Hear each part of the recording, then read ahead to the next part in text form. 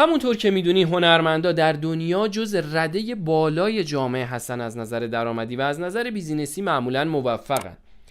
علاوه بر دستمزدی که آهنگسازها، شاعرها یا تنظیم کننده ها بابت هر پروژه‌ای که توش همکاری میکنن دریافت میکنن، یک رویالتی هم دریافت میکنن. رویالتی یعنی در واقع شریک بودن توی سهام و شریک بودن توی هر درآمدی که بابت اون قطعه موسیقی بعداً حاصل بشه.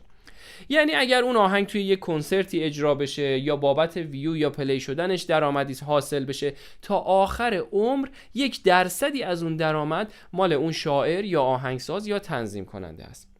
اما توی ایران خب ما رویالیتی که کلا نداریم، بماند همون دستمزد ناچیز هم که معمولاً بابت این کارا شاعرها، آهنگسازا، تنظیم کننده ها دریافت میکنن، 1000 تا داستان و 1000 تا مشکل داره. اگر اون آهنگساز یا شاعر یا تنظیم کننده تازه کار باشه، سابقه و رزومه کار زیادی نداشته باشه که بهش میگن آقا اصلا تو نباید پول بگیری، تو باید مجانی کار کنی، برای خودت هم خوبه، رزومه میشه، سابقه میشه، و یا پولی بهش نمیدن یا یه مبلغ بسیار ناچیزی میدن. اگر طرف با سابقه باشه، حرفه‌ای باشه، اسم و رسمی داشته باشه، استاد باشه، اونم بهش میگن که آقا نه، استاد فلانی که اصلا اون پولکیه، اون که همش دنبال پول.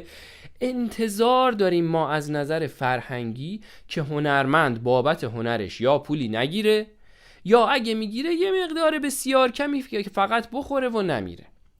خب نظر شما چیه؟ نظر خودم رو میگم، شما هم نظرتون رو تو کامنت ها بگین. من همیشه میگم اگر هنرمندی هستید که تازه کارید، رزومه زیادی ندارید، خب طبیعتاً چون در هنر دستمزد و درآمد آدم ها ارتباط مستقیم داره با رزومه شون، نه با کیفیت کارشون. ممکنه یک کسی رزومه خیلی قوی داشته باشه و خب طبیعتاً بابت اون دستمزد خیلی خوبی هم دریافت میکنه، ولی اینکه کیفیت کارش خیلی هم عالی نباشه. برعکس اینم هست. بنابراین شما اگه رزومه کمی داری، سابقه کار کمی داری، شاید نتونی درآمد و دستمزد خیلی زیادی دریافت کنی، ولی اینی که قرار باشه رایگان کار کنی، من به نظرم اشتباهه.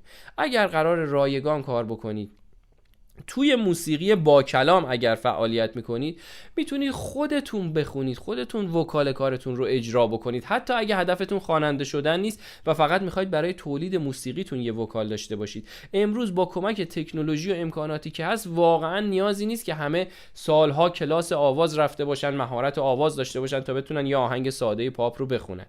اگر نمیخواید بخونید، میتونید وکال آهنگای معروف رو جدا بکنید، همون رو تنظیم کنید، همون رو میکس کنید تا بتونید خلاقیت و توانایی خودتون رو تو کارتون نمایش بدید. نیازی نیست رایگان برای کسی کار بکنید که براتون سابقه یا نمونه کار بشه. اما اگر آدم حرفه‌ای هستید، با سابقه هستید و کسایی که با شما میخوان کار بکنن به شما میگن که آقا شما نباید پول بگیری، چرا پول میگیری، یا از این صحبت‌ها، که خب کار شما راحته. شما میگی شما اگر اومدی با من کار بکنی به خاطر اینه که منو میشناختی، اگر میخوای با من کار بکنی شرایط همکاری با من اینه، اگر جز این میخوای شرایطی باشه با کسی دیگه باید کار بکنی.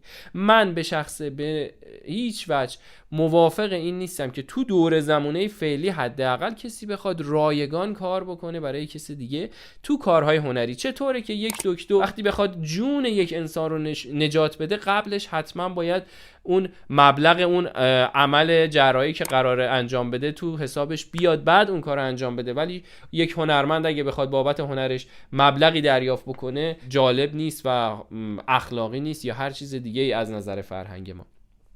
دوست دارم اگه تجربه‌ای تو این زمینه دارین حتما تو کامنت ها بهم بگید.